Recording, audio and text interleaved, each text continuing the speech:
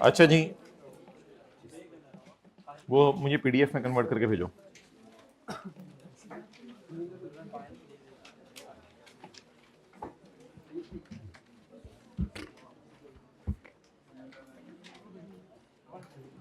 जी, किसी को अभी वाली कॉपी ना मिली हो?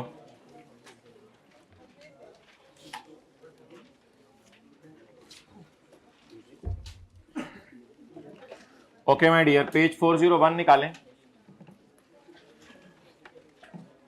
पेज 401।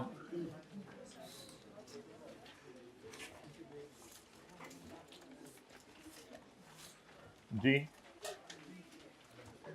पेज भाई इधर चाहिए। और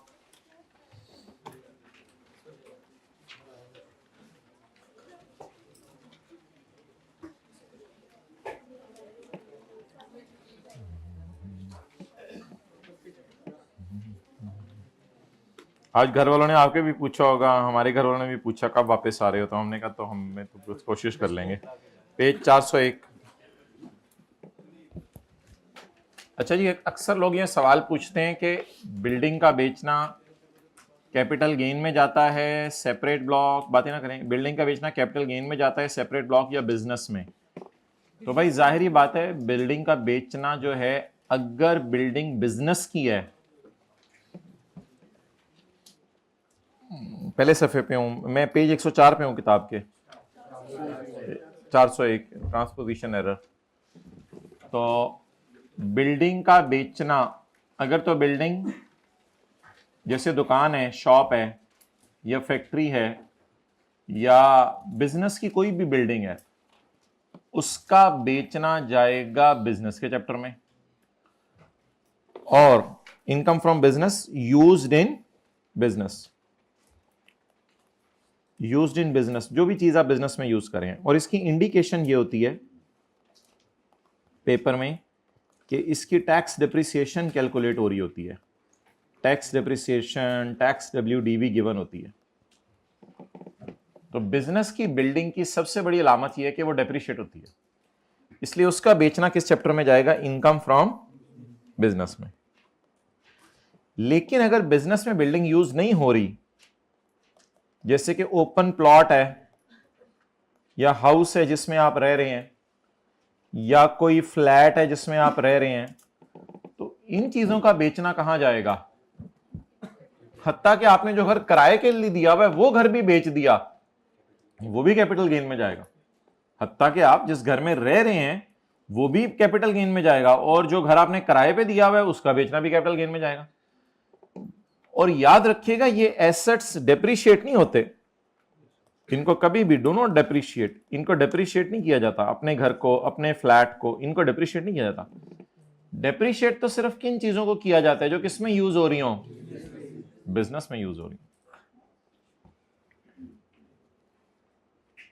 अच्छा जी, साइनिंग अमाउंट एक और अदर नाम है नॉन एडजस्टेबल अमाउंट का। इनकम प्रॉपर्टी के चैप्टर में ये लफ्ज यूज हुआ था। चैप्टर 4 में what are different tax regimes. Different tax regimes कौन सी हैं? Normal, final, separate block. लेकिन एफटीआर को मैंने आपको एक दफा बताया था प्रिजम्पटिव टैक्स रिजीम भी कहा जाता है, और इसको ग्रॉस इनकम इसलिए कहा जाता है कि इसमें खर्चे माइनस करने की इजाजत नहीं होती। और इनकम टैक्स में ना कुछ रूल्स हैं, जैसे रेजिडेंट में रूल्स हैं, आने और जाने का दिन पूरा गिना जाएगा। अपोर्शनमेंट एक्सपेंडिचर में, एग्रीकल्चर में कुछ रूल्स हैं। तो अगर रूल्स के बारे में आपसे सवाल पूछे, चैप्टर 4, चैप्टर नंबर 13, अगर रूल्स के बारे में आपसे सवाल पूछे तो ये रूल्स सिर्फ 2-3 ही हैं। ये रूल्स 2002 में आए थे, इनकम टैक्स ऑर्डिनेंस 2001 में आया था। Scenario based question, reproduce law, refer scenario, negate करें उसके पॉइंट ऑफ व्यू को। अच्छा, चैप्टर 13 की जो एग्जेम्प्ट इनकम्स है ना, उनको न्यूमेरिकल में ऐड भी किया करें, और फिर जैसे एग्रीकल्चर इनकम है, सेक्शन 50 और 51, फॉरेन सोर्स सैलरी, ये जो 4 अभी हमने पढ़ी थी, फॉरेन सैलरी जो 2 पढ़ी थी अभी हमने, और सेक्शन 50 और 51 अभी जो पढ़ा था, रिटर्निंग एक्सपेट्रिएट और शॉर्ट टर्म रेजिडेंट इंडिविजुअल, या जो अभी हमने पढ़ा है तलाक वाला केस, बस चैप्टर 13 की सारी एग्जाम्प्ट इनकम्स को बेहतर है न्यूमेरिकल में पहले ऐड करें, ऐड करके। लेकिन अगर सैलरी के चैप्टर की कोई प्रोविजन है ना, छोटी मोटी pension, medical reimbursement as per term, provident fund का कम्युलेटेड बैलेंस मिल रहा है, तो उनको न्यूमेरिकल में सीधे से क्या कर दिया करें, ignore, not be added and deducted, rather dash डाल के शो कर दें, डैश डाल के शो कर दें कि पेंशन इतनी माफ है बस। लेकिन चैप्टर 13 वाली एग्जाम्प्ट इनकम्स को ऐड करके लेस किया करें। अब ये बच्चे सवाल पूछ रहे थे कौन सा सवाल पहले करना है पेपर में, भाई जो आता है आप क्या करें, न्यूमेरिकल थ्योरी में जो आता है वो पहले कर दें। पेपरों में तैयारी कैसे करें एग्जाम ली उसके अंदर, भाई हेड्स ऑफ इनकम पहले कर लें, सेल्स टैक्स कर लें, फिर बाकी चीज़ें बाद में कर लें। थ्योरी को कैसे याद करें, अब अगर याद नहीं किया तो अब मैं अभी क्या जादू बता दूं कि कैसे याद करें। तो कौन से रेट्स पेपर में गिवन होंगे, इंपॉर्टेंट क्या, जिसमें देख लो पास पेपर के ज़्यादा सवाल आ रहे हैं, लेकिन वो कोई गारंटी तो नहीं है। तो कौन से रेट्स गिवन है पेपर में, तो भाई वो तो टेबल 1 और 2 वाले होते हैं, डिप्रिसिएशन के रेट्स भी गिवन होते हैं, डिविडेंड वगैरह के रेट भी गिवन होते हैं, तो ये सारे रेट्स गिवन होते हैं, सेपरेट ब्लॉक वाले भी गिवन होते हैं। हाँ जी, हाँ जी जी, उसके ऊपर मैं बात करने लगा हूँ आज, उसके ऊपर मैं बात करूंगा। ठीक है जी, बच्चे सारे आ गए, चलें। अब आप हजरात ऐसा करें कि हमारे नोट्स आज के निकाल लें। अब 2 न्यूमेरिकल्स हमने करने हैं जुमे से पहले, फिर 1 न्यूमेरिकल हमने करना है जुमे के बाद। भाई नहीं, पहले नहीं खत्म होता ना, 3 तो हमने न्यूमेरिकल करने हैं, उन पे 1-1 घंटा लग रहा है, फिर उसके बाद थोड़ी सी और डिस्कशन है, जिस तरह हमने अभी माशाल्लाह काफ़ी अच्छे सिनेरियो पे सवाल किए थे। तो अभी तो इंशाल्लाह आप रनिंग में आ रहे हैं थोड़ा थोड़ा।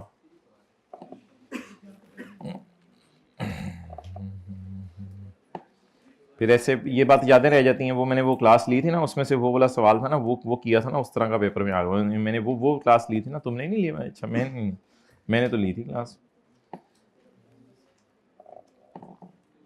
For the purpose of this question, आज के नोट्स का पेज नंबर 3 ऑनलाइन वालों को कहा हुआ प्रिंट निकाल लें। For the purpose of this question you may assume that today is 31 अगस्त 2022। आज एज्यूम करें 31 अगस्त 2022 है। Shabana, a senior manager at Master Limited resigned on 31 जनवरी 2022। 31 जनवरी 2022 को ये नहीं, अभी जो एक्स्ट्रा सफा बांटा है वो घर जाके स्टेपल करके लगाइएगा। जो सुबह सुबह सफे बांटे थे उनमें देखें पेज नंबर लिखा होगा 3, मिल गया? अभी जो सफे बांटे हैं वो तो 4-5 है ना। She resigned on 31 January 2022 after completion of 3.5 years of service. During the tax year 2022, she received the following emoluments from ML: salary of 6,10,000 per month. On 15 फरवरी उसको गोल्डन हैंडशेक के पैसे मिले हैं, 3 सालों का एवरेज रेट है 4%। इसको इंशाल्लाह मैं देखता हूं। फिलहाल आप इनकम फ्रॉम सैलरी निकलवा दें मुझे वर्किंग नंबर 1 में। जी my dear, basic salary multiplied by 7 months. हाँ जी, 4270,000 रुपीज इन 1000 जी। गोल्डन हैंडशेक के पैसे फिलहाल यहां डाल दें, फिर देखते हैं क्या करना है।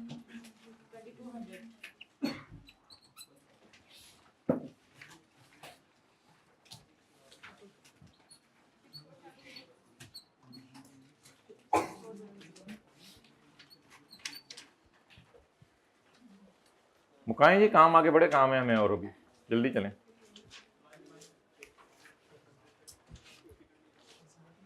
ये जो बैठा हुआ था आखिरी लाइन में कमेंट दे रहा था बच्चा, वो किधर गया है?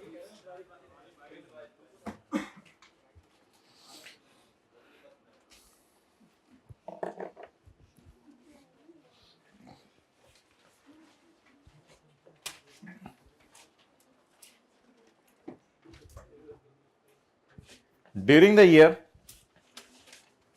she contributed 5 lakh to approved pension fund under voluntary pension system rules 2005। तो उसने वॉलंटरी पेंशन सिस्टम रूल्स के तहत जो है वो पैसे जमा कराए हैं, ब्रैकेट ना पड़े। तो इस पे क्या मिलेगा, किसी को याद है? अगर ये सैलरी या बिजनेस इनकम कमा रही है तो माय डियर इसको क्या मिलेगा? टैक्स क्रेडिट, सेक्शन 61 से 63 वाला।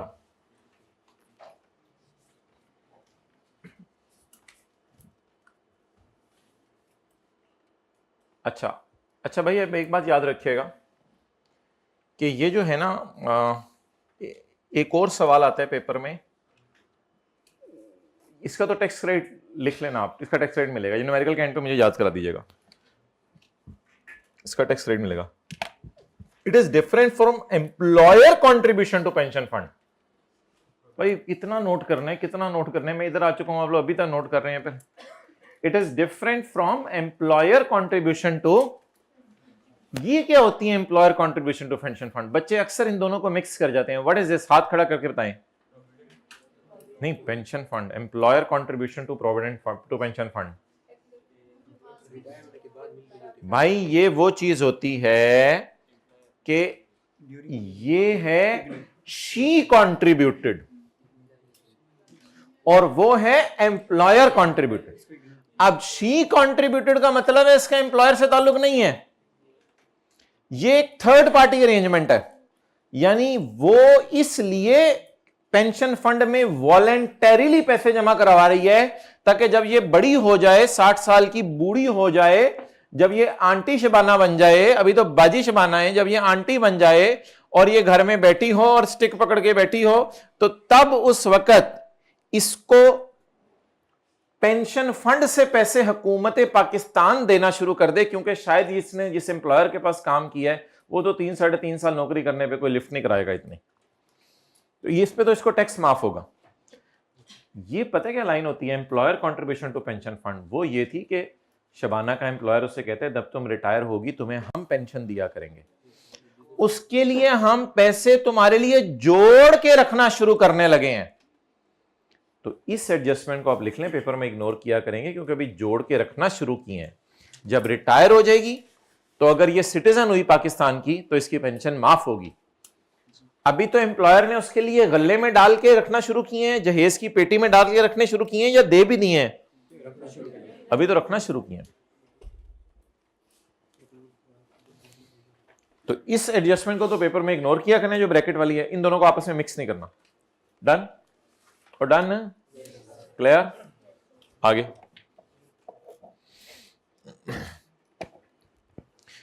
उसने बिल्डिंग को प्लांट एंड मशीनरी के साथ किराए पे दी है, ये कौन सी इनकम है? उस पे से लॉस कितना आया है? 2200। Income from other source, building rent पे दी, rent of building together with जी 2200।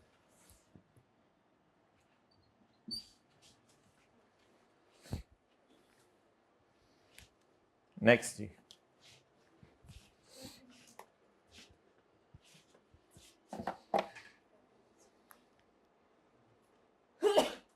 जी बिल्कुल, माशाअल्लाह। आप इधर बैठे हुए थे, मैं तो इधर खड़े हो गए, मुझे पता ही नहीं चल रहा था कोई बच्चा भी है था। अच्छा जी,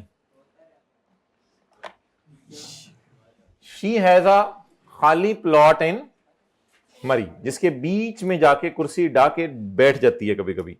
शी हैज अ खाली plot in Murree having a fair value of 22 million, 22,000। She has 3 farm houses relating to हर,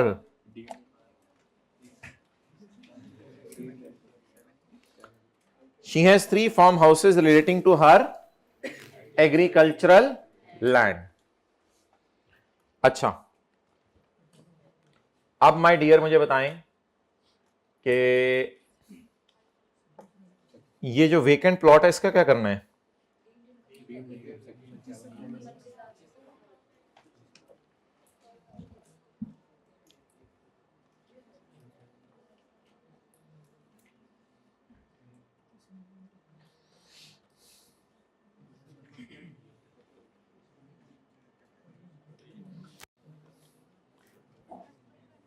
इस सवाल को ना मैं थोड़ा सा बेहतर करने लगा हूं, अपलोड करते हुए ऑनलाइन वालों, मैं इसको इसी तरह लिखूंगा, in addition to her own house she has vacant plot in Murree. In addition to her own house, उसके अपने जाती घर के अलावा मरी में एक प्लॉट भी है। लिख लिया आप लोगों ने? ये नोट्स हैं सबके पास? हाथ खड़ा करें जिसके पास नहीं है। भाई ये नोट्स दे दें लोगों को, पहले वाले 3 लोगों के पास नहीं है। In addition to her own house she has vacant plot in Murree having a fair value of 22 million. अच्छा माय डियर, अब इधर आए, चैप्टर नंबर 10।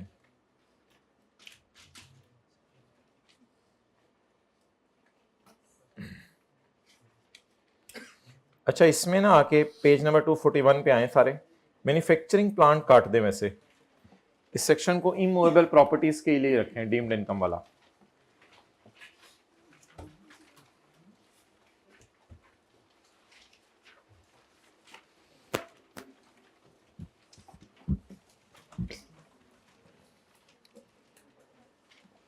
अच्छा अब माय डियर मुझे ये बताएं कि एक कैपिटल एसेट तो आपको वैसे ही माफ है। आमतौर पे मैंने कहा था ये कौन सा होगा? घर होगा। आमतौर पे घर को बाहर निकाल दिया करें। एक कैपिटल एसेट तो इस सेक्शन से वैसे ही माफ है, एक्सक्लूडिंग। एक कैपिटल एसेट वैसे ही माफ है, तो इसको वैसे ही निकाल दें। घर की टेंशन नहीं, वैसे घर की फेयर वैल्यू भी उसने नहीं दी हुई। अब वेकेंट प्लॉट कहीं रिलैक्सेशन में नहीं है, तो इसको डालेंगे कैलकुलेशन में। इसके बाद फार्म हाउसेस में जो एग्रीकल्चर लैंड के साथ हैं, फार्म हाउसेस, ये भी शर्त है एग्रीकल्चर लैंड के साथ हों। जो एग्रीकल्चरल लैंड के साथ हैं फार्म हाउसेस, जहां एग्रीकल्चर हो रहा हो उसके साथ अगर फार्म हाउस है, तो उस फार्म हाउस को अगर बड़ा है, अच्छा एक जरा बात समझिएगा, एक्सक्लूडिंग का मतलब है ये इन पे सेक्शन 7E नहीं लगना। एक्सक्लूडिंग का मतलब है इन पे सेक्शन 7E। एक्सक्लूडिंग में एक्सक्लूडिंग का मतलब है कि इस पे लगना है, वो है बड़ा फार्म हाउस। बड़े फार्म हाउस में 2 शराइतें। सिंगल ड्वेलिंग यूनिट मींस सारा इकट्ठा जुड़ा हुआ है, ये तो अज्यूम कीजिएगा है, जिसका टोटल एरिया 2000 स्क्वायर यार्ड हो और मिनिमम कवर्ड एरिया 5000।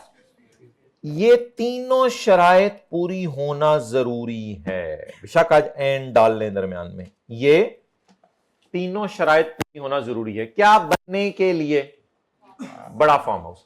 बड़ा फार्म हाउस कौन सा होता है? अच्छा टोटल और कवर्ड का मतलब पता है ना?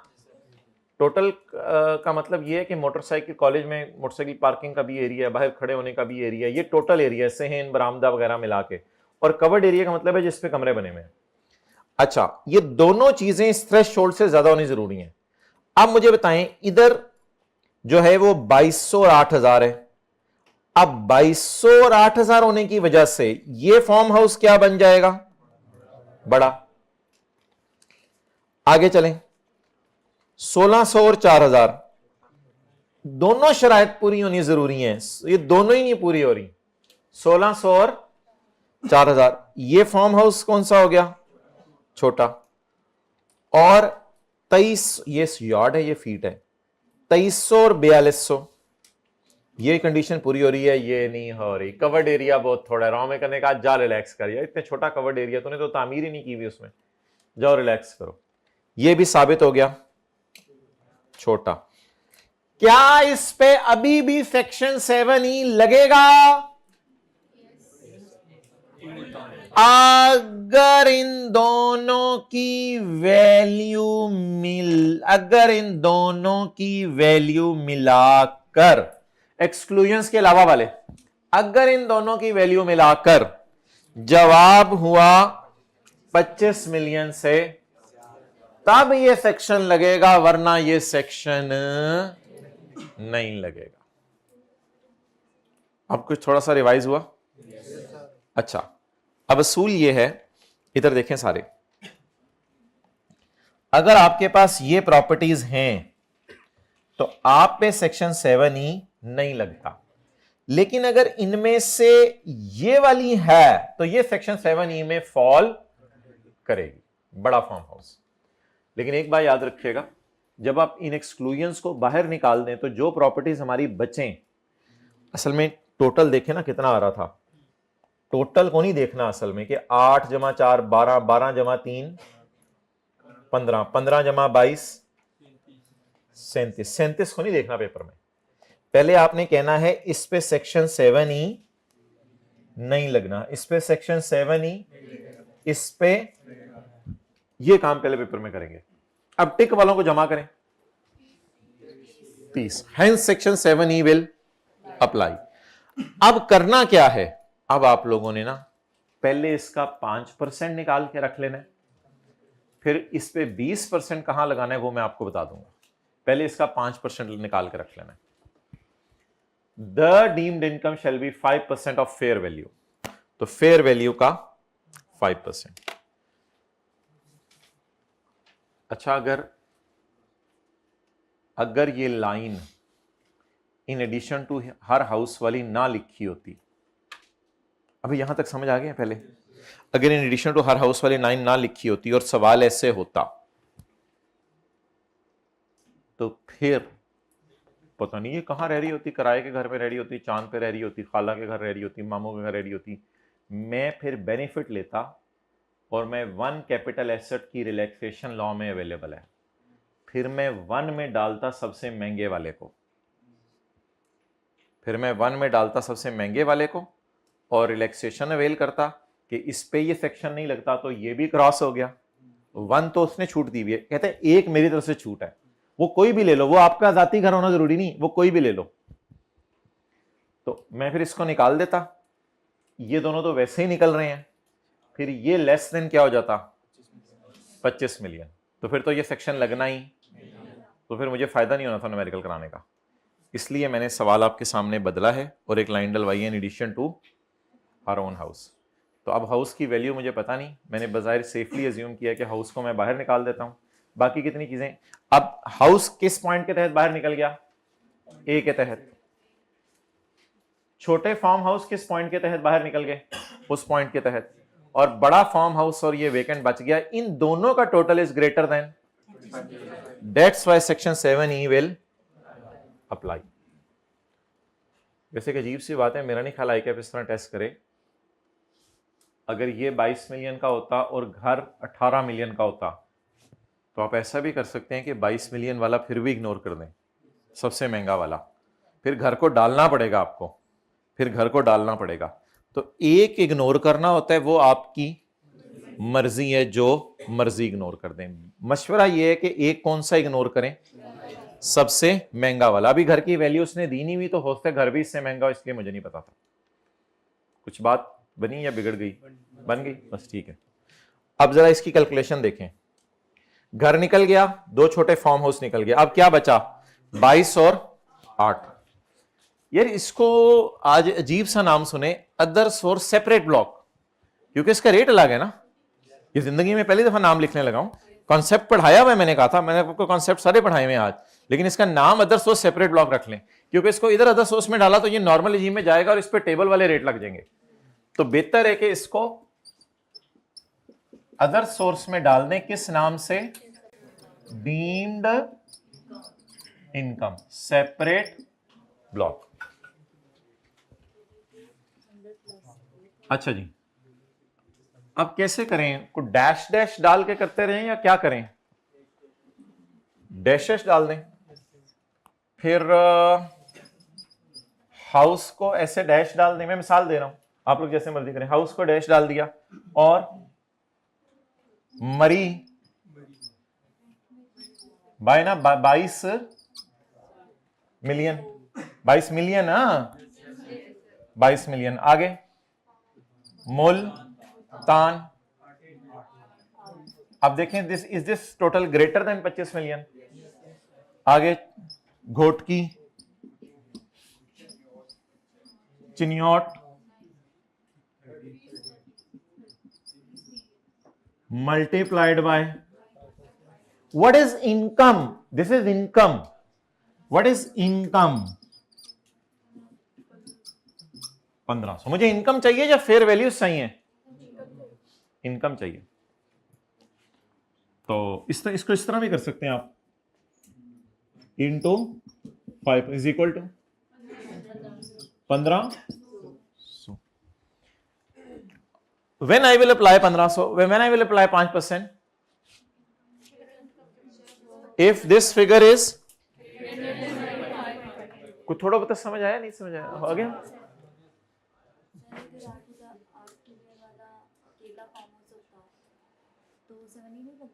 तो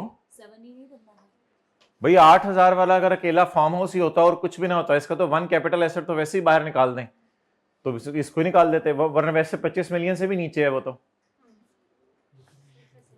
क्या किया करें, पहले पकड़ के सबको निकाल दिया करें जो निकालने वाले हैं, जो बच जाएं उनका टोटल देखें 25 मिलियन से ज्यादा है या नहीं। और एक और आज नई चीज आपको बता दी है कि जब आपके जो बच जाए ना, उन बचे हैं उनमें से भी एक निकाल सकते हैं बाहर, वो कोई भी एक हो सकता है, वो घर है या सबसे महंगा वाला निकाल दें। ये बात कितने को समझ आ गई? वो सबसे महंगा वाला निकाल। आज के सवाल में घर की वैल्यू नहीं दी ना, इसलिए पर मैं सेफ एंड पे हूं, खेल रहा हूं बस।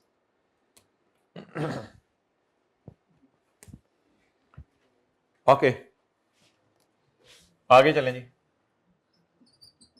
Working number 4।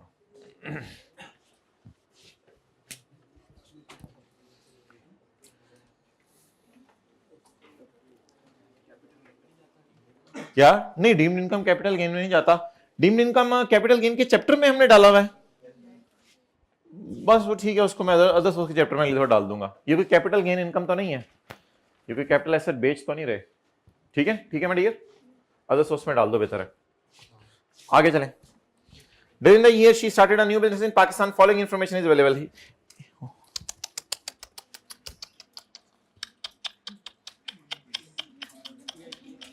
यार बंदे का सवाल था, मैंने बुढ़ी में कन्वर्ट किया तो बंदा बुढ़ी बन गया। बिजनेस की सेल है, new business in Pakistan, sale कितनी है? 20 मिलियन। तो सेल से चलते हुए क्या करते हैं? अलाउड खर्चे मैनेज कर देते हैं। तो मैनेज करना शुरू करें। इनकम फ्रॉम बिजनेस जी माय डियर, सेल एंजॉय कर रहे हैं या करवाऊं? करवाएं, मेरे पास कोई प्रोग्राम एंजॉय करवाना है। मिसलेनियस एक्सपेंसेस कितने हैं? 23 बिलियन। तो मोबाइल का जुगनू बोल रहा है जी, खर्चे बोले मिसलेनियस 23,000।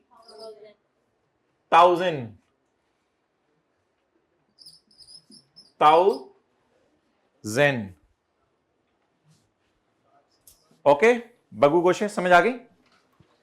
चलें आगे। बबलू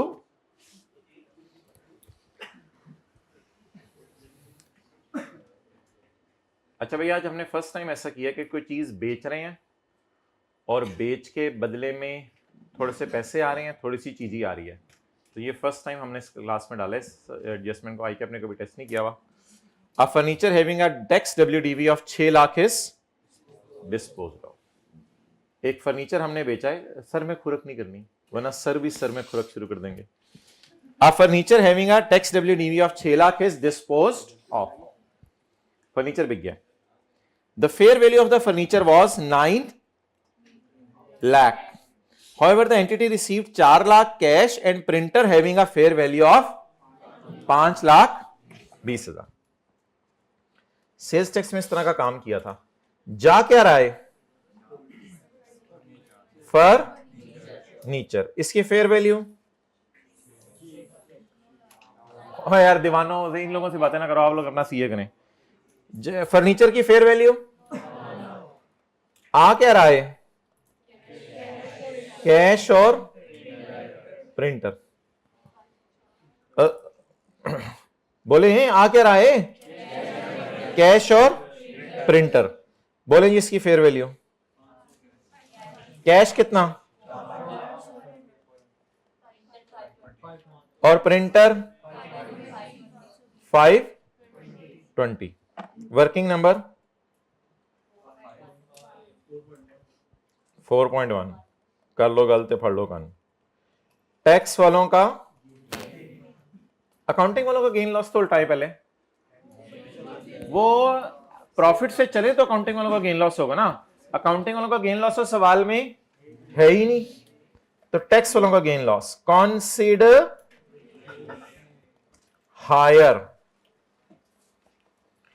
ऑफ, भाई आप लिया करेंगे यहां फेयर वैल्यू ऑफ जाने वाली चीज और cash plus fair value of, ये एक फॉर्मेट है, आज बना लें। ठीक है जी, बताइए लॉजिक जरा क्या होगी।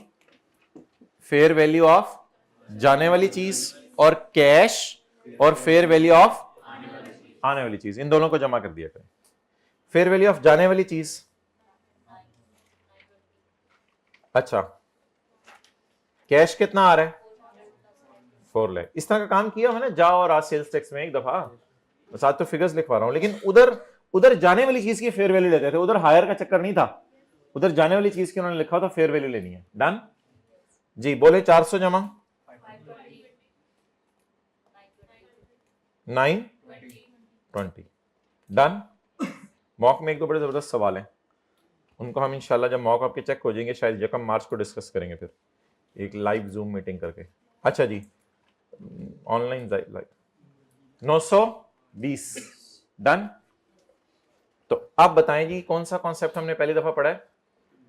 फर्नीचर बेच रहे हैं, पैसे आ रहे हैं और चीजी भी, तो रूल याद हो गया, मुश्किल तो नहीं, आसान, मुश्किल आसान है। जाने वाली चीज और उन दोनों को इकट्ठा कर लें, दोनों में से माइनस क्या करना आता है। अब होता है माइनस तो सिर्फ बीवी करनी होती है ना, माइनस करते हैं बीवी, उसने भी तो अभी माइनस की थी ना क्वेश्चन 8 में, बीवी तलाक नहीं दे दी थी उसको, तो इधर भी बीवी माइनस करें। नहीं जिंदगी में से तो नहीं माइनस करनी भाई, वो तो वाइफ है, बेगम को रखना है बेगम।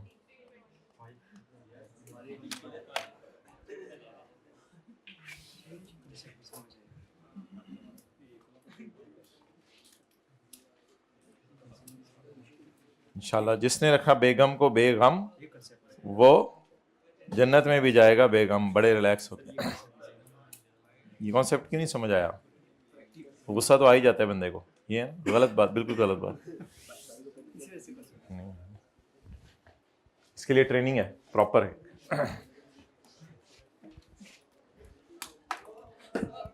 ओके अजीब बातें। अच्छा वैसे ही मैं जरा आप 4-5 लाइनें छोड़ के ना नीचे ऐड कर रहा हूं, टैक्स वालों का गेन। हाँ आप भी 6-7 लाइनें छोड़ दें। वर्किंग नंबर 4.1 बोले जी, तरी 20 एक्सपेंस के साथ ब्रैकेट लगा देंगे एंड पे, सारे एक्सपेंसेस को डब्बे में लेके, साथ साथ भी लग सकती है। जागते रहना भाइयों, 3:30 रहना। Well, I'm enjoying a lot. I think you are enjoying a lot as well.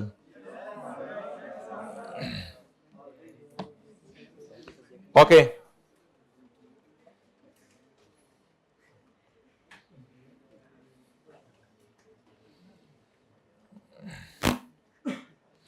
भाई फिजिबिलिटी स्टडी की है 2 मिलियन की, जरा ढूंढने जाके फिजिबिलिटी स्टडी कहां है। Excellent, pre commencement expenditure.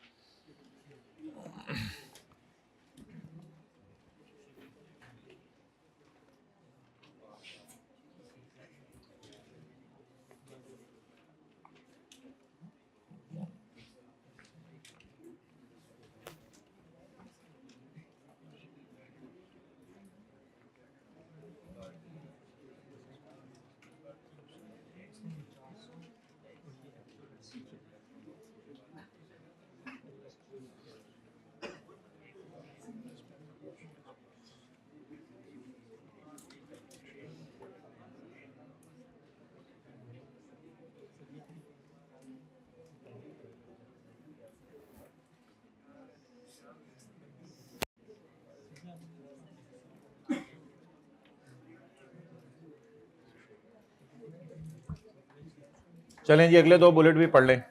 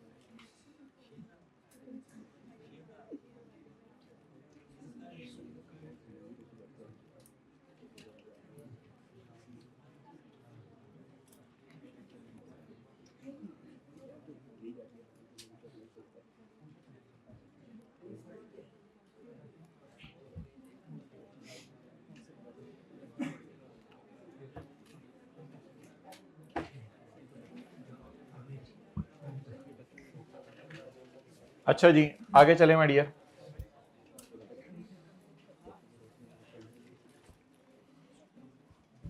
Feasibility study को कितने सालों में खर्चे में डालना है? ऐसा ऐसा 5 सालों में। पेज नंबर कौन सा बताया आप लोगों ने? 5 500 153 जी। माइनस करें जी pre commencement expenditure. Feasibility study construction of prototypes कौन सा एक्सपेंडिचर है? और प्री कमेंसमेंट एक्सपेंडिचर को क्या करते हैं? कितने सालों पर? 5 सालों पर जी। बोलें। Multiplied by 20%, 400। चलें जी आगे।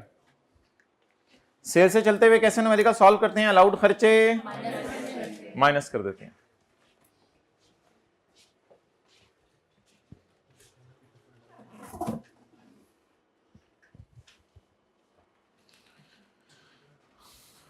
अच्छा जी, obtained a 3% loan of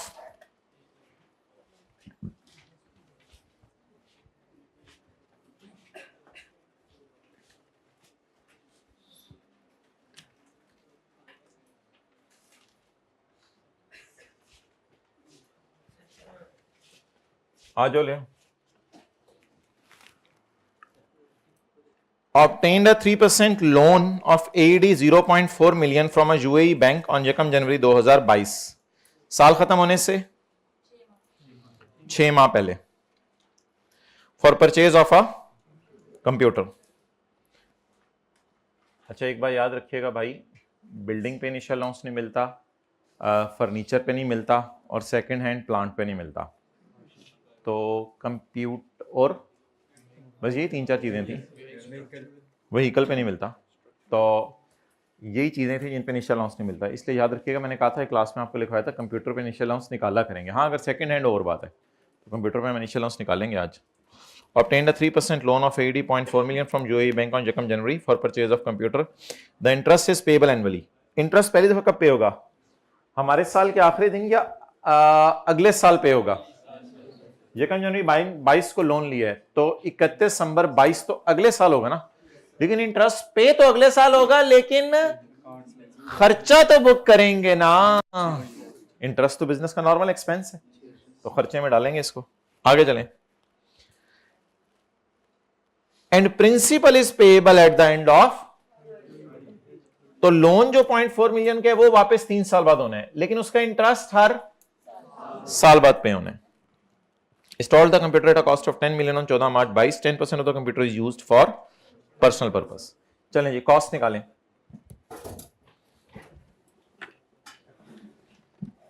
किसी को याद है एक बात कि हमने सवाल में एक दफा पढ़ा था कि अगर जो है वो लोन फॉरेन करेंसी में हो तो लोन की रीपेमेंट पर जो एक्सचेंज गेन लॉस आता है वो एसेट की कॉस्ट में ऐड या लॉस हो तो, और अगर गेन हो तो लेस करते हैं। डन। अच्छा माय डियर, अब इस सवाल के अंदर कोई एक्सचेंज गेन लॉस सवाल के अंदर रीपेमेंट की वजह से नहीं आएगा। बताएं क्यों? क्योंकि सवाल में रीपेमेंट, तो जब सवाल में रीपेमेंट है ही नहीं तो फिर एक्सचेंज गेन लॉस आएगा ही। उन सवालों में लोन की क्या हो रही होती थी, इस वजह से एक्सचेंज गेन लॉस आता था। अभी जो मैंने आपको अगला सवाल कराना है उसमें इंशाल्लाह एक्सचेंज गेन लॉस आएगा। चलें जी, अब मुझे आप बता दें what is the cost of my computer. जल्दी ढूंढ के बताएं ना। 10 मिलियन, तो 10 मिलियन पे इनिशियल अलाउंस भी निकालें और 10 मिलियन पे नॉर्मल डेप्रीसिएशन भी निकालें। चलें जी, इनिशियल अलाउंस 10,000 इंटू, लिख लें इनिशियल अलाउंस को ना पर्सनल और बिजनेस में अपोर्शनमेंट नहीं करना होता। ये असल में लॉ में लिखा नहीं हुआ, एक जगह आपको बताया था। इनिशियल अलाउंस को पर्सनल और बिजनेस में पोर्शन नहीं करना होता। डेप्रिसिएशन को करेंगे, डेप्रिसिएशन को करेंगे। इनिशियल अलाउंस को पर्सनल और बिजनेस में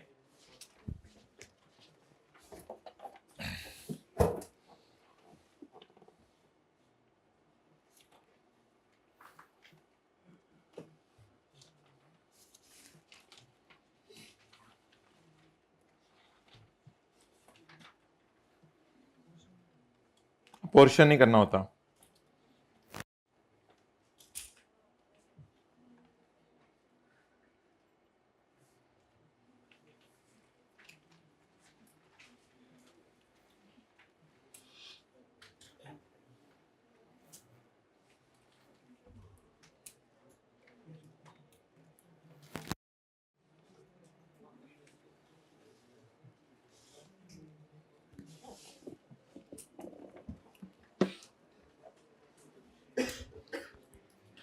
अच्छा जी, बताएं भाई जवाब।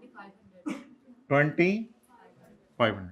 आगे चलें, टैक्स वालों की डेप्रिसिएशन किसी को निकालनी आती है? कॉस्ट में से क्या माइनस करना है? इनिशियल अलाउंस 10,000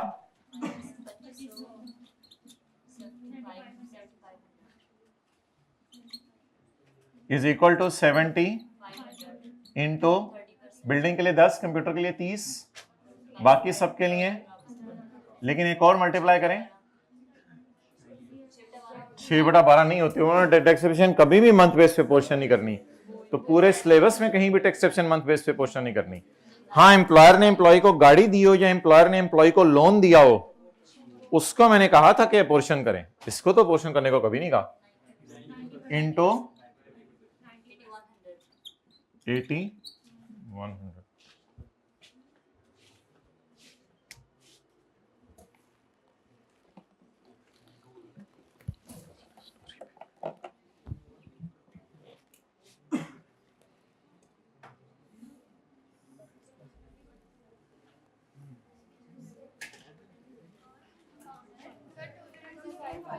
हो क्या हुआ? 20। मैंने कहा पता नहीं क्या हो गया।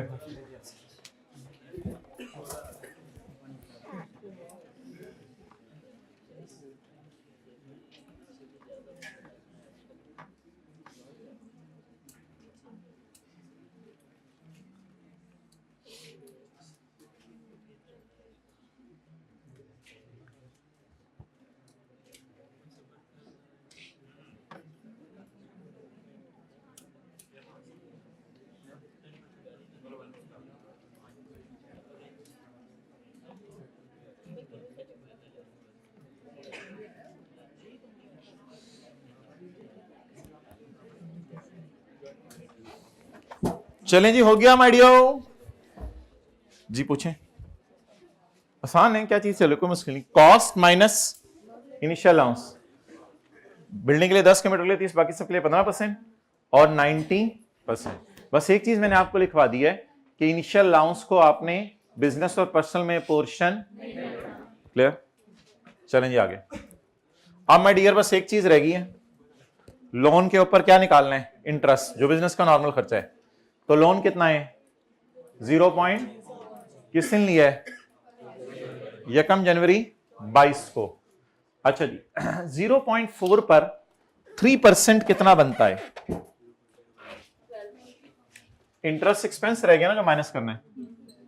जी बोलें 0.4 पर 3% कितना बनता है? सबर सबर, कन्वर्ट नहीं करना, कन्वर्ट आपने करना होता है इंटरेस्ट को। पहले इंटरेस्ट तो निकालने कितना है, मैं खुला खुला कर रहा हूं। 0.4 AED into 3% is equal to 0.12 AED. Interest इतना है। अब ये इंटरेस्ट 6 महीने का है या पहले दिन का है या छठे महीने के आखिरी दिन का है? 6 महीने का है। नहीं नहीं, वो एनुअली तो पे हो रहा है ना, ये एनुअल है। मैंने कौन सा निकालना है? 6 मंथ का। अब बताएं ये कितना निकला? 0.0। अच्छा ये इंटरेस्ट किस महीने का है? ये क्या है? Loan in foreign currency. ये क्या है? Interest for 1 year in foreign currency. ये क्या है? Interest for 6 month in foreign currency. अब मैं इसको मल्टीप्लाई किससे करूं? इसमें ना दोनों तरह के इख्तलाफ हैं। कुछ लोग कहते हैं 30 जून के रेट से मल्टीप्लाई कर दें, मेरे ख्याल से यही होना चाहिए। आई कैप ने क्योंकि एक्सपेंस 6 महीने टाइप एक चीज है तो उसको एवरेज रेट से मल्टीप्लाई किया हुआ है। इसमें डिफरेंस है, कुछ 55 से भी होता है, 53 से भी होता है। फिलहाल चले मैं 53 से ही कर रहा हूं क्योंकि ये क्या है, छठे महीने का है या 6 महीने का है? बेहतर है ये वाला रेट लगा लें। बाकी लोन का रेट तो पहले दिन का लगेगा, लेकिन लोन तो पहले दिन लिया, ये इंटरेस्ट पहले दिन का है या 6 महीने का है, इसलिए। अच्छा ये क्या है? लोन। ये साल का, ये जी बोले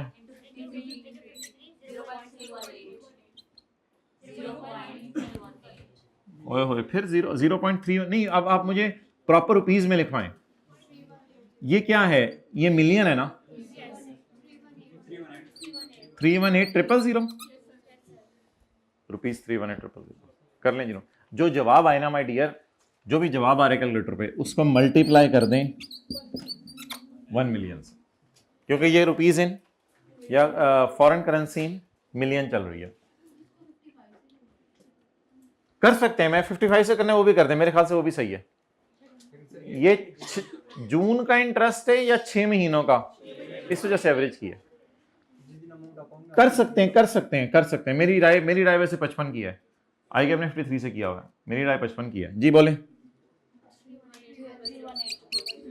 318 या 0.318 मिलियन या 318,000 रुपीस। जी बता दें जी। इंटरेस्ट एक्सपेंस वर्किंग नंबर 4.2 की जरूरत नहीं, वैसे ये आप सारा अगर उधर ही ब्रैकेट में करते हैं तो सही नहीं है जी। कितना? 318।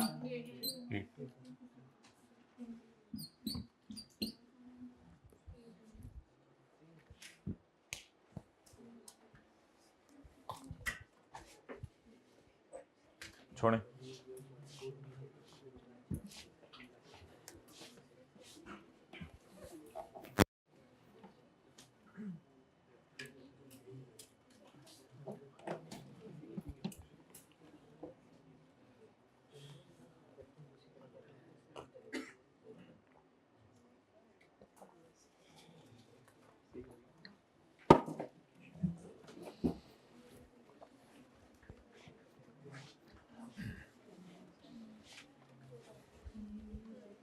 ओके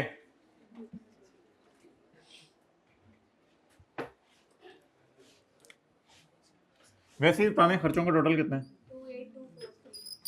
28,243। और मेरे ख्याल से इनकम फ्रॉम बिजनेस में भी क्या आ रहा है? 7923।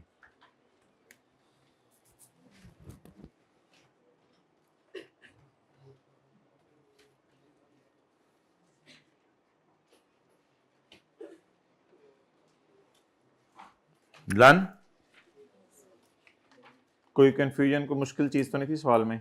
समझ तो आ गई ना इन द एंड सारी? फायदा हो गया शायद थोड़ा सा? हुआ है तो मुंह हिला दिया करें।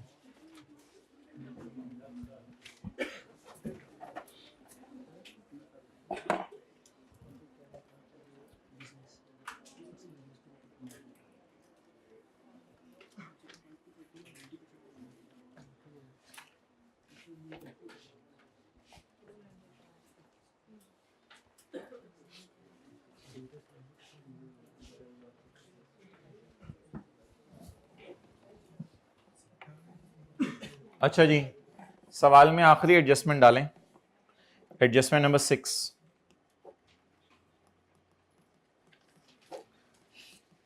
Receive 5000 bonus shares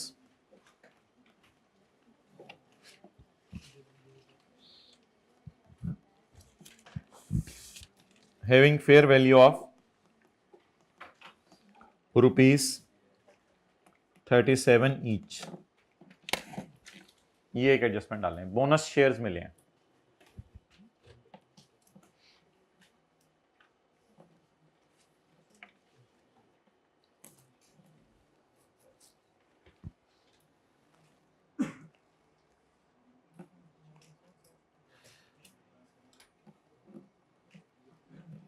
done.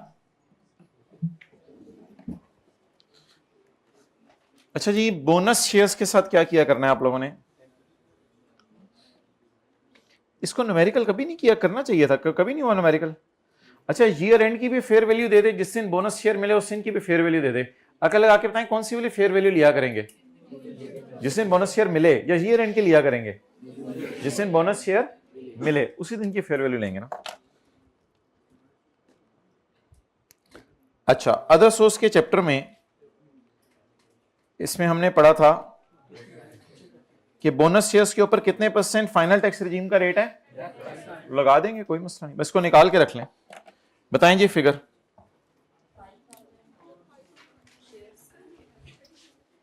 बोले बोले बोले माय डियर। इसका टोटल बता दें।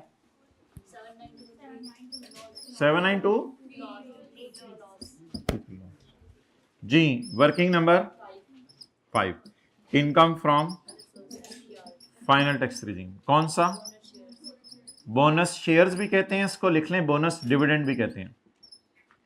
कितने शेयर्स? जरब 185।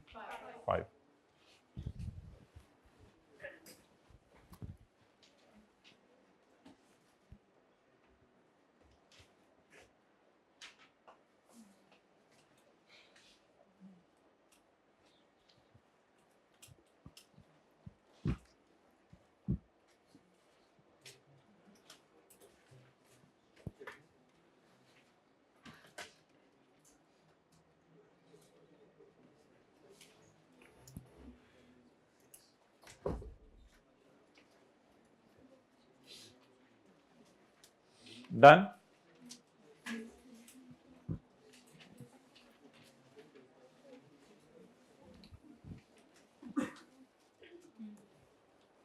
जी, any confusion, any problem, any question? अच्छा, एक छोटी सी चीज मैं आपके सामने थ्रो अवे करने लगा हूं। भैया हाइब्रिड में स्टूडेंट्स आ गए और? अच्छा अच्छा, ओके ओके ओके, ठीक है। डेमो क्लास लेते हुए कोई मसला आया आप हजरात को तो जरा पर्ची पर लिख के दे जाइएगा। अच्छा, अब मुझे ये बताएं एक चीज जरा, कि भाई अल्लाह आपका भला करे, आपके भाग लगाए अल्लाह, मेरी बात सुने। एक चीज बताएं कि अगर कभी सवाल के अंदर ये कह दे कि इसने अपने बिजनेस को एफबीआर के साथ इंटीग्रेट नहीं किया,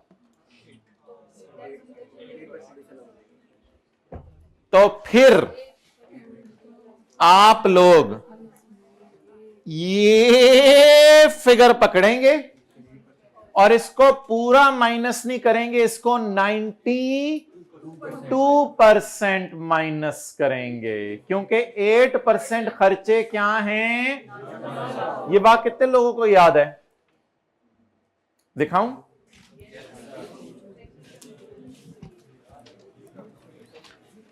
chapter number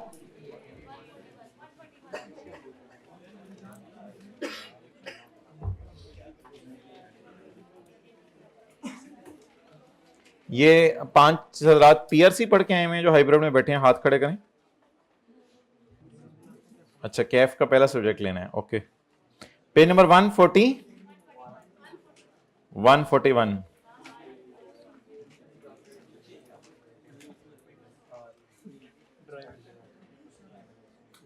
expenditure up to 8% claimed by a person who fails to integrate his, कितना डिसअलाउ होगा? अप टू, तो कितना अलाउ होगा? अगर प्रॉफिट से चल रहे हैं तो 8% को ऐड बैक करेंगे, लेकिन अगर सेल से चल रहे हैं तो 92% को लेस करेंगे। अब मेरे ख्याल से तो फिर तरीका ये होगा कि आप 28243 इधर निकाल दीजिएगा, और निकाल कर अगर इस डब्बे को आप शुरू से ही अंदर रख लें, हाइब्रिड वाला समझ आ रहा है? डब्बे को अंदर रख लें, अगर शुरू से ही इस डब्बे को अंदर रख लें तो फायदा क्या होगा? ये भी अंदर आ जाएगा, इस पे फिर 92% लगा के इसको बाहर लीजिए। और अगर खुदा ना खास्ता इस तरह कर चुके हैं तो कोई मसला नहीं, इधर जो है काट दीजिएगा और 28243 लिख के मल्टीप्लाइड बाय 90% माइनस कर दीजिएगा। वो तो आप एक्सपर्ट हैं, वो कोई मसला नहीं। तो कुछ ना कुछ शो कर दीजिएगा एक नई लाइन डाल के। लेकिन अब 100% माइनस करूं या 92%? 100%। हमारे सवाल में तो ऐसा कोई मसला नहीं है कि बोर्ड के साथ इंटीग्रेट नहीं किया। तो हमने शॉर्ट फेंकी थी, आपने कैच कर ली, हाइब्रिड वालों तक पहुंच गई, हाथ खड़ा करें, कैच कर ली, समझ आ गई बात? नहीं, हाथ नहीं खड़ा कर रहे। ये तो फीडबैक नहीं देंगे तो ऐसी हाइब्रिड का तो कोई फायदा नहीं। अच्छा माय डियर, आगे चलें। सवाल का मुंह बनाएं। अब ये बैठे रहने हाइब्रिड वालों ने जब तक सवाल का फेस पूरा ना बन जाए। अब आए तो अपनी मर्जी से हैं और जाएंगे हमारी मर्जी से। चलें जी, स्टार्ट करें। Income from base. अच्छा जी, हाइब्रिड वालों, हाइब्रिड क्लास में बैठ के पढ़ा जा सकता है या नहीं पढ़ा जा सकता? पहले जरा मुझे फिजिकल वालों से कुछ सवाल देख लेने कि उनके कॉन्सेप्ट भी बने हुए हैं या नहीं। अच्छा माय डियर, ये क्या है? बुरी बुरी बस, बुरी। अदर सोर्स क्या है? अच्छी सवारी। ये तो सेपरेट ब्लॉक है ना। ये क्या है? अच्छी सवारी। और वो तो क्या है? फाइनल टेक्स्ट रेजीम है। अब हाइब्रिड वालों से मेरा यह सवाल है कि आप लोग क्या कभी जिंदगी में बुरी बस में अच्छी सवारियां बिठा सकते हैं या नहीं? अगर नहीं बिठा सकते तो हाथ खड़ा कर दें। They are not giving feedback. बुरी बस में अच्छी सवारियां बिठा सकते हैं या नहीं? जरा हाथ खड़ा करके बता दें। नहीं हाथ खड़ा करें, मैं जा रहा हूं। अब बस क्या हो गई? बुरी। सवारी बोले बोले कौन कौन सी? Working number 2। और वर्किंग नंबर 4। तो क्या कोई इस काबिल थी बस के किसी सवारी को फेस लगाती, मुंह लगाती? तो देयर वॉज नो बस टू करा लिफ्ट टू सवारी। देयर वॉज अ बस, but that was not a बस, बट दैट वॉज अ बुरी बस। ओके माय डियर गाइस, आगे चलें। Income from other source separate low 1500। Income from other source FTR 8155। Total income भाई face तो आसान सा है ना, माथे से शुरू होता है, दरमियान में नाक आते हैं, तकरीबन एंड पे होंठ आते हैं और आखिर में थोड़ी आगे खत्म हो जाता है। तो फेस तो आसान सा है जी। लेस और बोलें जी 1500 लेस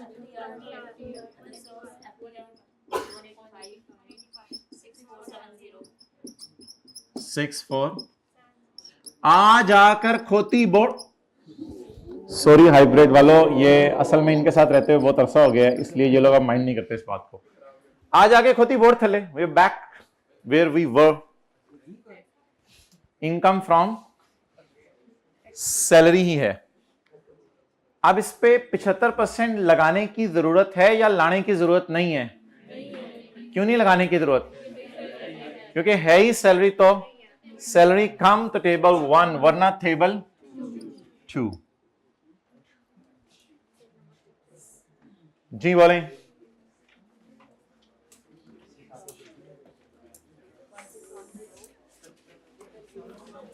हाँ जी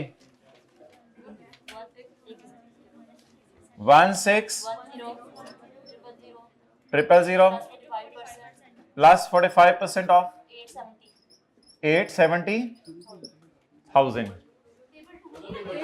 टेबल 2 लगेगा, तो यही तो हम बोल रहे हैं सुबह के टेबल 2 लगेगा। तो बोंगी ने बोंगी मरवा दी, मैंने तो हुआ था टेबल 2 लगाएं। ये कुछ दीवाने बैठे हैं क्लास में। 7,000 35% ऑफ 2370। आज आप मुझे जवाब दे दें।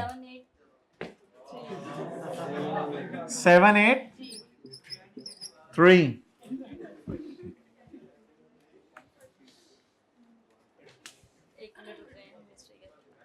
अभी नहीं जाना हाइब्रिड वालों ने, सॉरी बाबा, एक मिनट बैठे बाबा, हम अपनी मर्जी से छोड़ेंगे भाई। इनके लिए जूस मंगवाएं सबके लिए।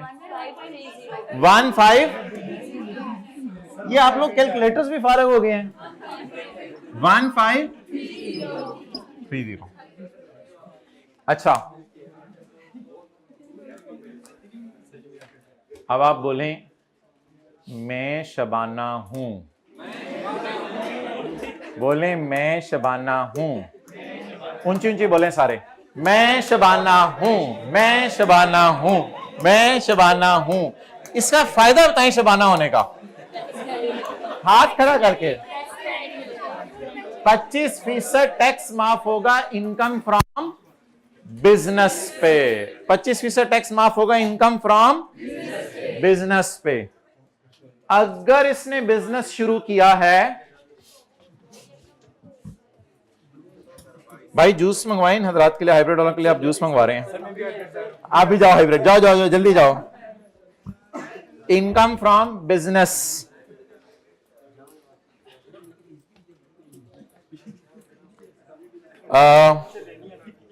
यार वो टैक्स रेट्स का चैप्टर जरा शीट की किताब में निकालें। अगर आप लोगों को जल्दी है हाइब्रिड में तो जा सकते हैं प्लीज, लेकिन अब अगर कोई काम नहीं है तो फिर वेट करें।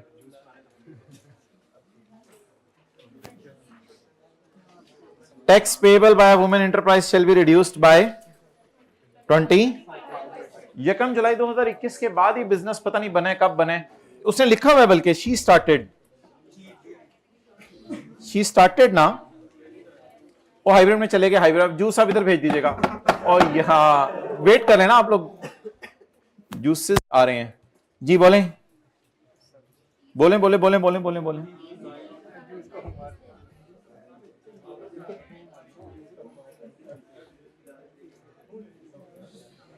नहीं नहीं नहीं ये कोई नहीं। अच्छा अब माय डियर मुझे बताएं भाई, ये बच्चे ऐसे ही बदगुमानी कर रहे हैं। आप बिल्कुल जूस की वजह से डिसीजन लें, आप अपना सोल डिसीजन लें। आपने हाइब्रिड में पढ़ने में बोंगी मार रहे हैं आप। इधर 10 मिनट से पता नहीं चलेगा, सीनियर से मशवरा लें जिन्होंने हाइब्रिड में पढ़ा है, उनसे मशवरा लें। अच्छा जी अब मुझे माय डियर ये बताएं कि मुझे यही लग रहा है इसने 1 जुलाई 21 के बाद बिजनेस शुरू किया है। During the year she started a new business, तो ठीक है, लेकिन पुत्र इसकी बिजनेस इनकम ही नहीं है ना। नहीं मुझे फिर भी 25% टैक्स माफ करो। तू शबाना है? हाँ मैं शबाना। और शबाना मस्ताना तुझे वुमेन एंटरप्राइज वाला टैक्स माफ नहीं होगा, मैं जा रही हूं, जाओ। No lift Shabana. अच्छा वैसे अगर वुमेन एंटरप्राइज निकालना होता तो कैसे निकालते? 15 डिवाइडेड बाय ये वाला 6470 multiplied by income from multiplied by.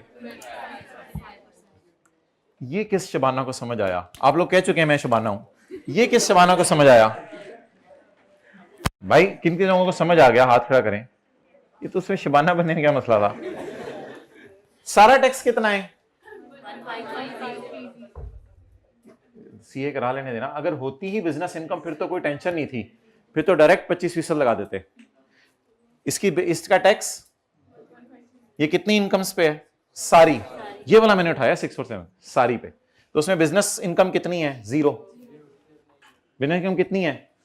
0। और जब मल्टीप्लाई करेंगे 25% से तो 0।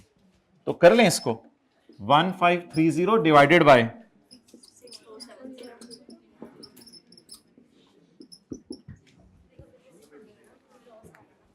बिजनेस में लॉस आ रहा है ना, ये देखें, यहां से देखें ना, बस यहां से देखें। पेपर में प्रेजेंट ना कीजिएगा, रहने दीजिएगा, बेशक नीचे बेशक नोट डाल दीजिएगा। दो she is Shabana but she got a loss in income from business.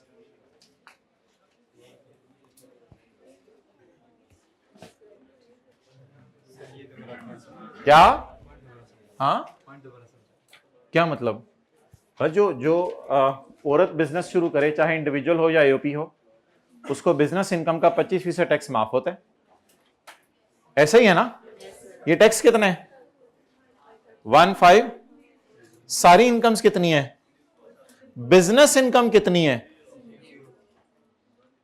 तो उसका 25% माफ कर दो। देखो जरा कैलकुलेटर। लेकिन एक हमारा टैक्स क्रेडिट अपना वाला रहता है, वो approved pension tax credit under section 63। अच्छा थोड़ी देर के लिए जरा टेक लगा लें, जिनके पास लेटने की जगह वो लेट जाएं, आप थोड़ा रिलैक्स हो। अब ये वाला टैक्स क्रेडिट निकाल दें, ए इंटू बी ओवर सी।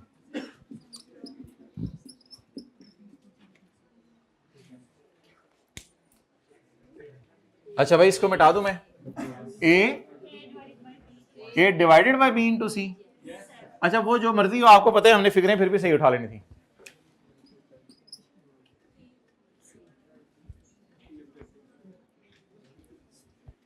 ओहो, लेकिन अप्रूव्ड पेंशन फंड वाला टैक्स तो तब माफ होता है जब सैलरी या बिजनेस कमा रही है। शबाना मैं कमा रही हां, सैलरी भी कमा रही है, बिजनेस भी कमा रही है। बहुत ही तुसी फ्री हो गए मेरे नाल। पहले मैनू वो वाला टैक्स रेट नहीं देता, हुण मैनू ए वाला टैक्स रेट नहीं देता, मैं जा रही हूं। जा नहीं कहते, जाने वाले को ऐसे नहीं कहते, रोकते हैं उसको। भाईजान वो आपके यहाँ जाने वाले नहीं रुकते, हमारे पास रोकने के तरीके होने चाहिए। ए ओवर बी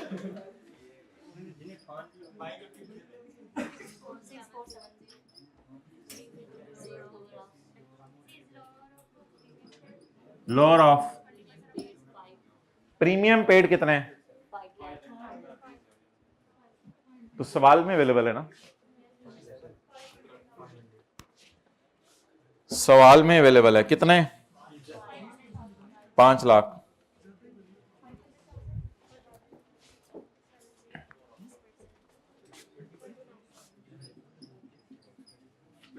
अच्छा जी आगे बोलें।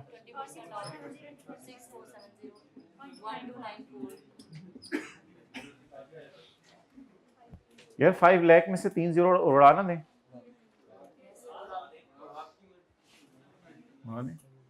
लोअर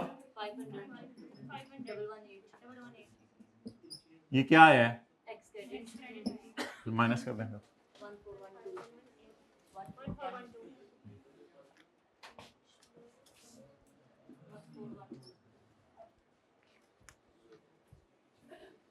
कल देखें आपको इतना इंपॉर्टेंट मैसेज कराया था, उस मैसेज का हक भी तो अदा करना है।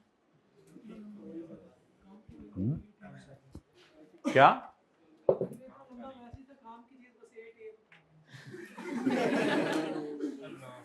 How dare he. इसकी हिम्मत कैसे हुई? यानी कि इसको 4 सफ़े का खत भेजा तो ये कहीं वो काम की चीज वो थी जो आपने लिखा था 60,000 वसूल हो गई आपको। अरे क्या बंदे हैं यार। अच्छा, मैसेज के शुरू में अस्सलाम वालेकुम लिखा हुआ था? नहीं लिखा हुआ था, सलामती तो भेजनी चाहिए थी आपको। अच्छा जी, अब माय डियर मुझे ये बताएं कि सेपरेट ब्लॉक्स और फाइनल टैक्स रिजीम्स कौन सी हैं? इनकम फ्रॉम, जिन दोनों को काटा है उन दोनों को पाएं दोबारा। Tax on deemed income. और चपेड़ एक और चीज माइनस करनी है। सारे खड़े हो जाएं, सारे खड़े हो जाएं। पाक सर, बैठ जाएं बैठ जाएं बैठ जाएं। भाई गोल्डन हैंडशेक का पिछले 3 सप्ताह पहले दसना है ना, गोल्डन हैंडशेक बताया था नहीं, लास्ट पे करवाना है लेकिन वो सेपरेट रेट तो उस पे लगना है, तो गोल्डन हैंडशेक भी तो माइनस होगा ना, तो गोल्डन हैंडशेक भी माइनस करें, गोल्डन हैंडशेक भी बी कॉन्फिडेंट, कोई मसला नहीं, वो इधर से मिटा दिया असल में। गोल्डन हैंडशेक सवाल में देखें जाके पहली दूसरी लाइन में कितना है, उस पे पिछले 3 सालों का, 3 सालों का क्या लगना है, एवरेज रेट लगना है। चलें जी, गोल्डन हैंडशेक। अब देखिएगा हम साइंस कैसे मारेंगे, छोटा छोटा करके लिखें 2200, लिखे लिखे लिखे लिखे लिखे, कोई मसला नहीं, इस तरह इधर ही सेट करेंगे इसको, इसकी ऐसी की तैसी कर देंगे। 2200 4 to, थोड़ा सा करके इसको जरा सेट कराएं इधर ही, इंशाल्लाह इधर ही सेट कराएं। 4270 हमने पहले ही खच्चे मारी हुई है। अच्छा, अब भाई टैक्स इस पे जरा हिम्मत करके निकलवा दें।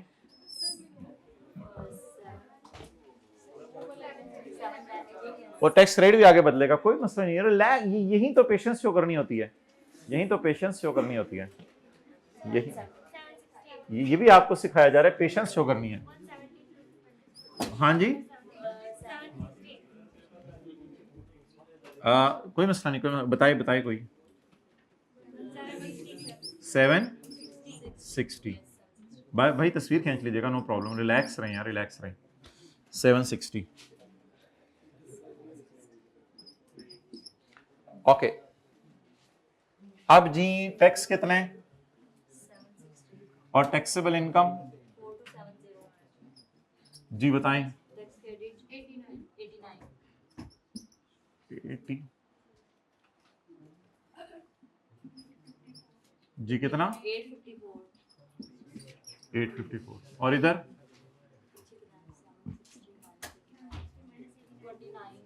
671। अच्छा भाई, अब एग्जैक्ट 1.5 मिनट लें, फेस काट के दोबारा बना लें, those who are not comfortable face काट के दोबारा बना लें, एग्जैक्ट 2 मिनट लें, ज्यादा टाइम ना लें। हाँ जी, गोल्डन हैंडशेक को 2 तरीके से कर सकते हैं, लेकिन मैंने आपको बताया था बड़े वाले न्यूमेरिकल में 2 तरीके से ना करें, बहुत टाइम लग जाएगा। एज्यूम करें कि पिछले 3 सालों का एवरेज रेट फिजिबल है, तो इसलिए एज्यूम कर लें पिछले 3 सालों का एवरेज रेट फिजिबल है। लगाएं यार 1-1.5 मिनट लगाएं, फ्रेश नोट करें। जिन्होंने गन गुन मार लिया और गन समझ आ रहा है वो हाथ खड़ा कर दें, वो फिर रिलैक्स हो जाए, बाकी लोग जरा नोट करें फ्रेश।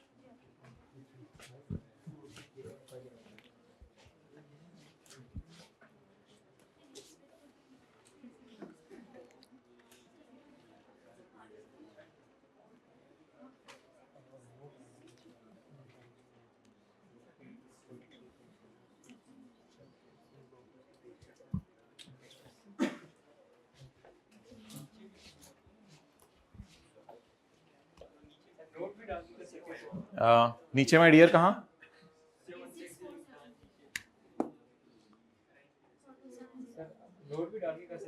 क्या, हाँ कर बेहतर है, जब बड़े वाला न्यूमेरिकल में गोल्डन हैंडशेक आ जाए और उसका सेपरेट रेट दिया हो तो एज्यूम कर लिया करें सेपरेट रेट फिजिबल है, बेहतर है, फिर थोड़ा सा काट के कर दो उसको जी। टैक्स ऑन डीम्ड इनकम कटें जी, जो सेपरेट ब्लॉक की थी 1500 जरब ज़रब 20%। जी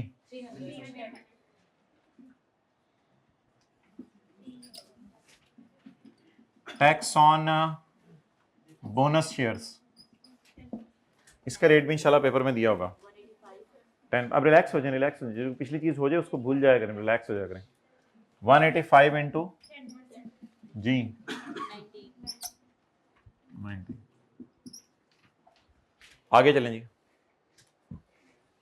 टैक्स ऑन गोल्डन हैंडशेक, वो सवाल में दिया हुआ है पहली लाइन में, तीसरी चौथी लाइन में 2200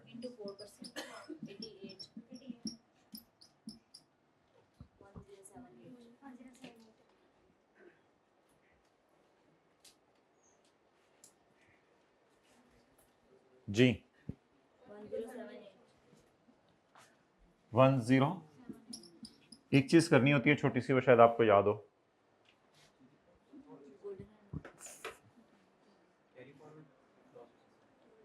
लॉसेस को कैरी फॉरवर्ड तो मैंने एंड पे कराना है। एक और चीज करनी होती है, किसी को याद हो, फाइनल टैक्स रिजीम का टैक्स ऐड करके वो बोनस वाला लेस करा दें, क्योंकि ये फाइनल एज्यूम करेंगे हुकूमत ने टैक्स काट लिया। टैक्स ऑन बोनस फाइनली कितना 5। अच्छा, ये वैसे आधा सवाल वैसे भी हो जाना था पेपर में। चलिए अब तो जरा बेहतर हो गया, बाकी चीजें भी जरा रिवाइज होंगी। लेकिन यार ये है कि अगर सवाल में लॉसेस वगैरह आ जाए ना, तो वर्किंग्स खोल के पहले देख लें, अच्छी सवारी बुरी सवारी, अच्छी बस बुरी बस, उसके बाद फिर फेस बनाया करें।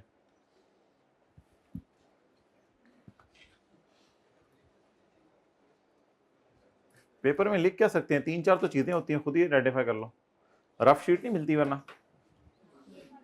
अच्छा जी माय डियर, कैरी फॉरवर्ड्स करें। अदर सोर्स तो डेड हो जाने, अदर सोर्स तो बस करंट ईयर में ही माइनस हो सकता था, वो तो डेड हो जाने। बिजनेस का लॉस अगले 6 साल तक कैरी फॉरवर्ड होगा 7923। तो इनकम फ्रॉम कैरी फॉरवर्ड कितना टिल 2028। अदर सोर्स का डेट शो करने की जरूरत नहीं, अनलेस कि वो मांग ले कि लैप्स लॉसेस या फिर ऐसे लॉसेस कौन से हैं जो डेड हो गए।